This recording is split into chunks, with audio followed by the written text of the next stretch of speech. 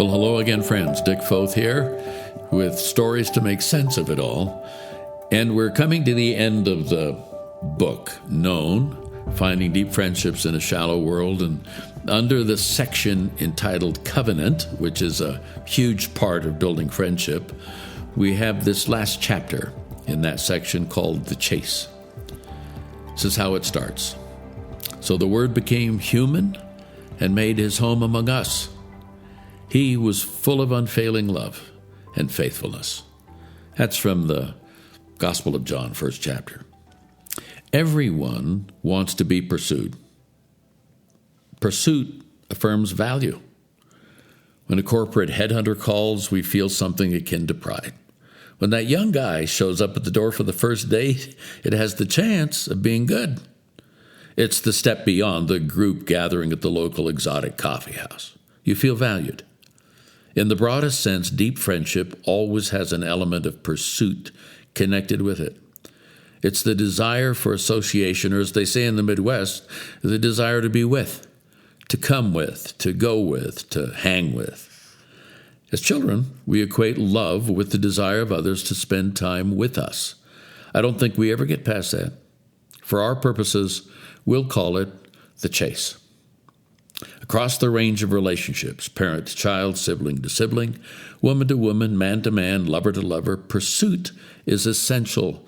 The chase should never cease. It might manifest now and again as an email, letter, phone call, or visit.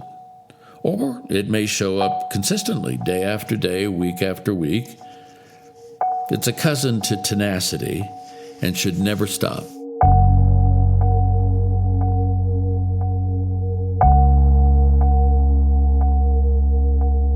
Jessie Yardy is now in her 90s. Parentheses, I'm speaking in the moment here. This was written in 2017, so Jessie, just a couple of months ago, celebrated her 100th birthday. On a Zoom call, by the way, with all of her family. End of parentheses. Jessie Yardy is now 100. We met the Yardys, Paul and Jessie, when they returned to Illinois in the early 1970s after many years of medical missions in India. They had 6 great children, and 3 of them were teenagers. Paul and Jessie's expertise in family and children matters quickly made them a hit among the young couples in our congregation. In fact, the Yardys were so adept at child rearing that we felt perfectly comfortable leaving our 4 young children with them. I mean, that shows who they are. This is, again, both parenthetically. When Ruth and I went on a teaching trip to India in 1975. We came back and the kids had been transformed. They made their beds each morning before breakfast. Each of the girls had hand-sewn an apron and other achievements. We said to each other, boy, we'll never do that again, letting the kids stay in a disciplined, productive atmosphere like that. In reality, as you can imagine, it was a huge encouragement.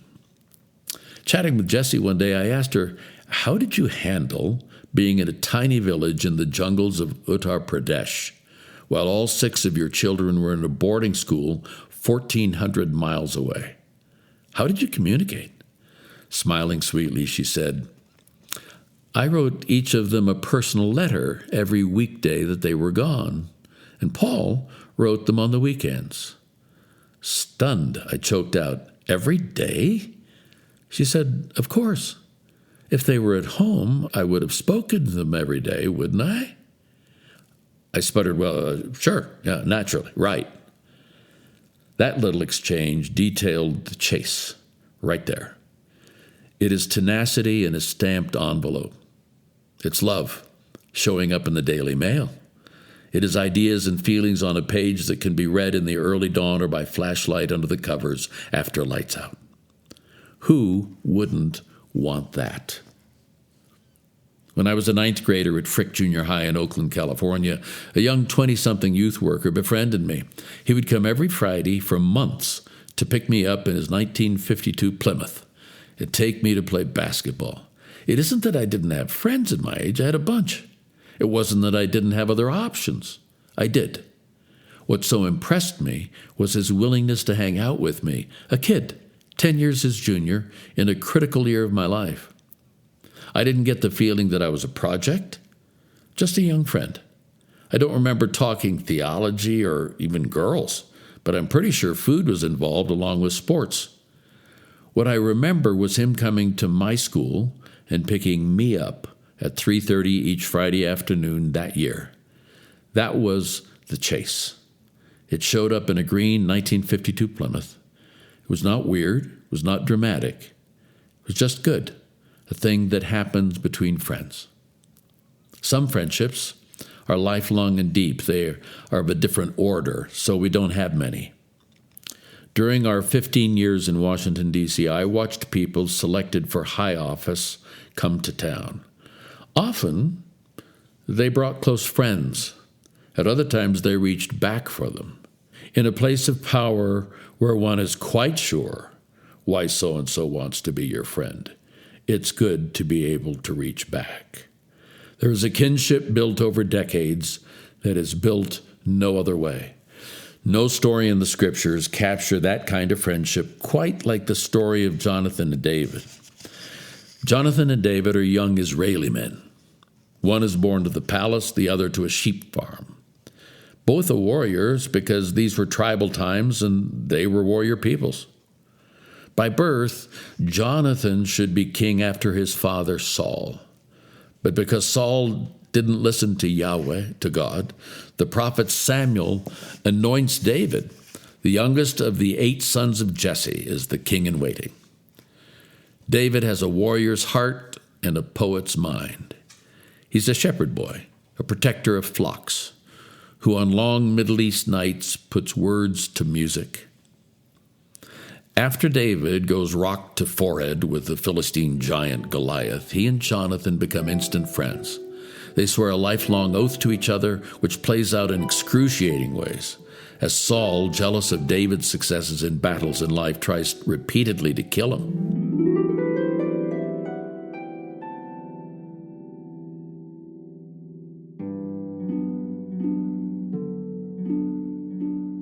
When David marries Michal, Saul's youngest daughter, he and Jonathan become brothers-in-law. Their stories and traumas are recounted in great detail in 1 Samuel 18-31 in the Old Testament. What loyalty, what covenant, what tenacity, what chemistry, what a chase. When Jonathan and Saul die together on the field of battle, David does what he has done all of his years. He writes a song. It is a song that haunts, a lamentation in honor of the 2 men who at one time had both loved him. As Saul's jealousy drove him to fits of fury and forays into madness, David cannot stay close, but he always stays close to his friend Jonathan. The wail of David's broken heart is captured in lines that 3,000 years later resonate deep in anyone who has ever loved a good friend. Here is how he says it. Oh, how the mighty heroes have fallen in battle. Jonathan lies dead on the hills. How I weep for you, my brother Jonathan. Oh, how much I loved you, and your love for me was deep, deeper than the love of women. David decrees that all of Judah should learn this song. At the heart of his kingdom, he must want them to know that they have not just lost a leader. He wants them to feel the loss of a friend. What did King David and Jesse Yardy know to be true? Deep feelings, written down, carry conversation to another level. They give substance to pursuit and lasting quality to the chase. When Jesus left his home to become the Hound of Heaven and call us his friends, he laid the groundwork for every chase to come. And by his Spirit in the hands of 8 or 9 men putting pen to parchment, we have the New Testament. The chase goes on. What a chase. What a reward. What a friendship. Ruth has some thoughts about this that I consider profound. I love to hear her speak, and I love to read her writing. And so here she is, just to share her thoughts on the chase.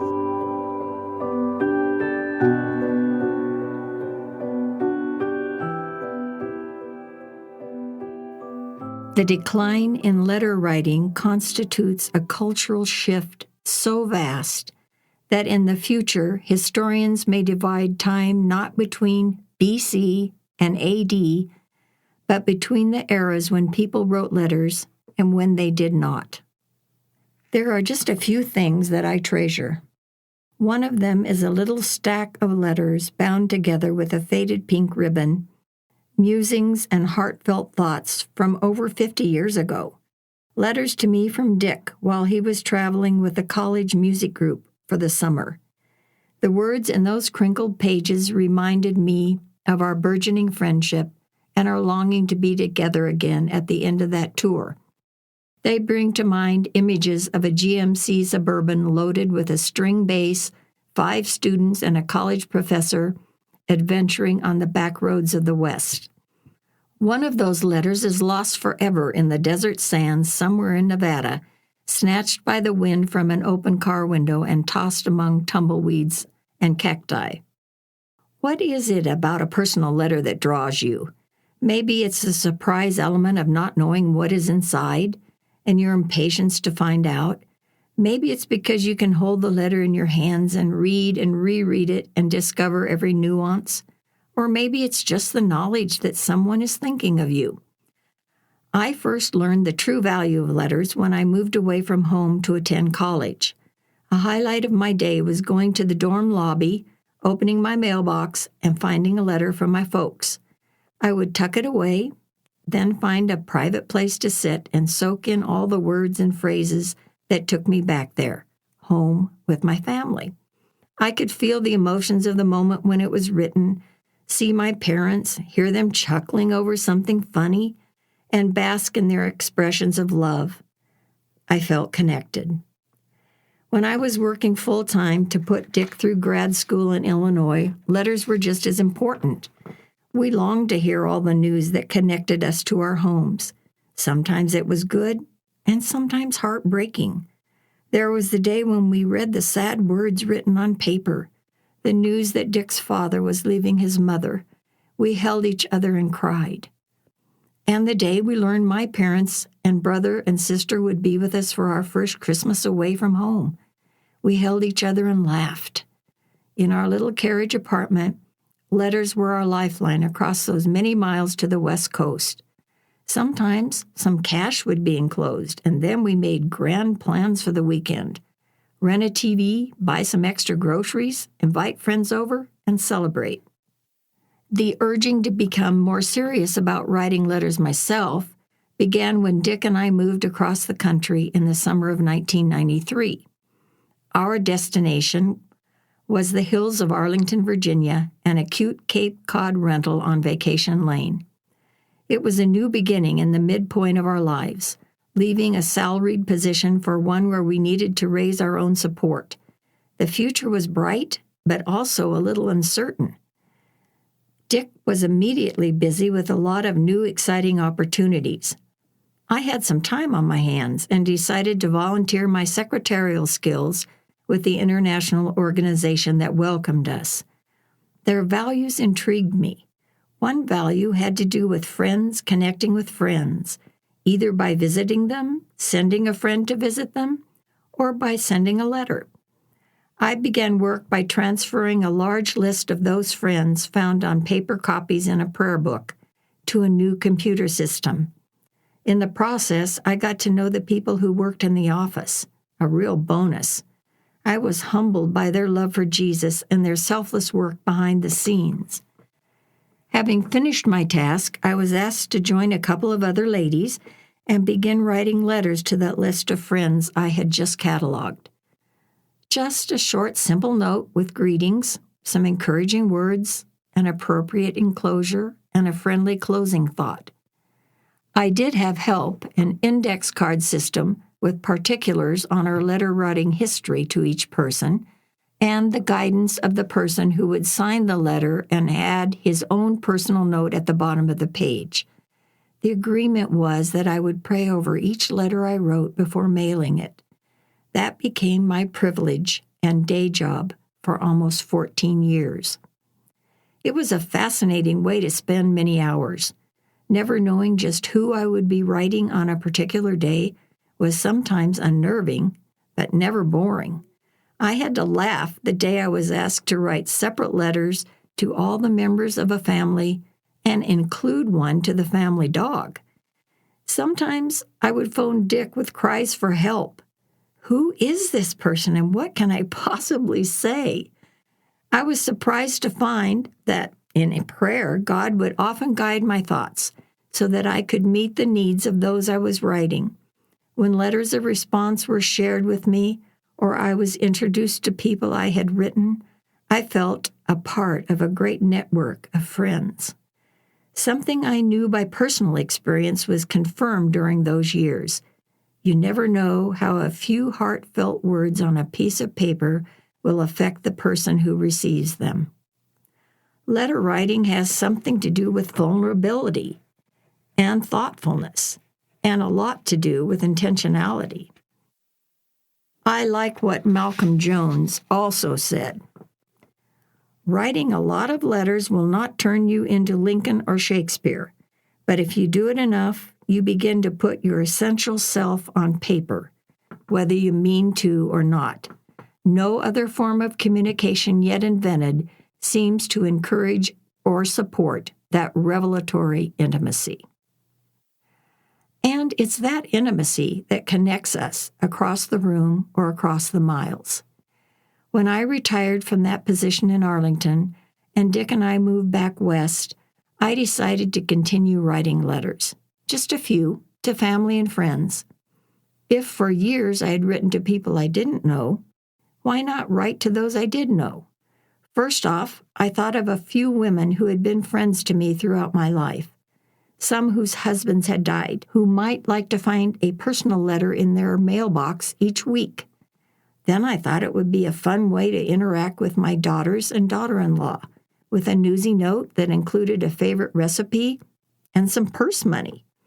Later, I thought it could be an interesting way to connect my 14 grandchildren who live in 3 different states. I could give them our latest news, ask them questions about each other, add a scripture, ask a riddle or tell a joke, and tuck in a $5 bill. The questions I posed would be answered in next month's letter. Once I began writing in earnest, I couldn't think of a more rewarding way to spend some time. Personal letters are few and far between today because of our fast-paced lives, and because we have other more instantaneous means of being in touch. They have evolved from the only means of communication between people separated by distance to being discounted by some as snail mail. The amount of time it takes to write a letter, mail it, and then wait for it to be delivered by post often does not fit into our schedules. The short messages we send electronically contain information, but unfortunately their purpose is not primarily to express our thoughts and emotions and how we live our lives. As such, they are often read one day and deleted the next, and they are in no way a substitute for a newsy letter that lets us know as much about the person who is writing as we do about their news.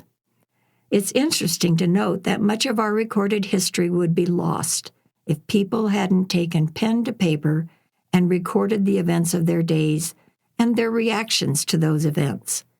We certainly wouldn't have most of the New Testament. So, join me. Think about some folk who might need your words of encouragement and write some letters. It's part of the chase.